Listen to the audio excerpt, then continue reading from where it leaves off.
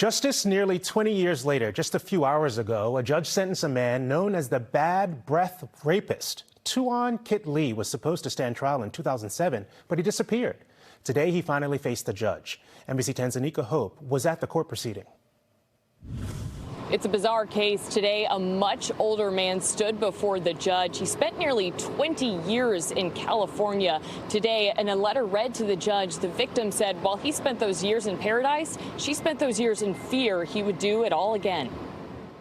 In a Norfolk Superior Courthouse Thursday, prosecutors read the words of a Quincy woman sexually assaulted in 2005. I feel I'm completely damaged physically and mentally. Tuan Kit Lee, the man who managed a restaurant where she worked, is accused of breaking into her apartment, masked and gloved to rape her in 2005. I feel like I've been murdered, but my body has been left alive with serious injuries. But Lee has not been in prison. He's been living in California. I understand the Commonwealth's anger and the need for vengeance. Lee's attorney, Philip Tracy Jr., defended him after he was arrested and went on trial in 2007. After the attack, he was identified by DNA and his horrible breath, which gave him the nickname the Bad Breath Rapist.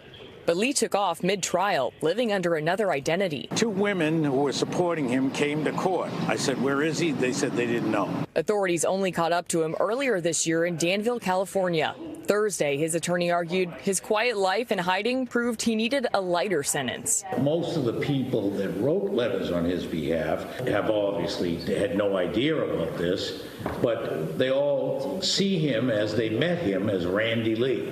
And they all support him as a human being. But the judge said this sentence was based solely on the original crime and the brutality of it, not his escape.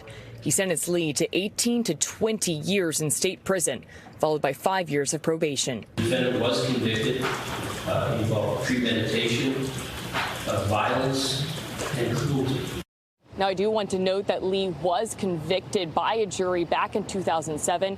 Now, as part of sentencing, he will have to register as a sex offender. In Dedham, Anika Hope, NBC 10 Boston.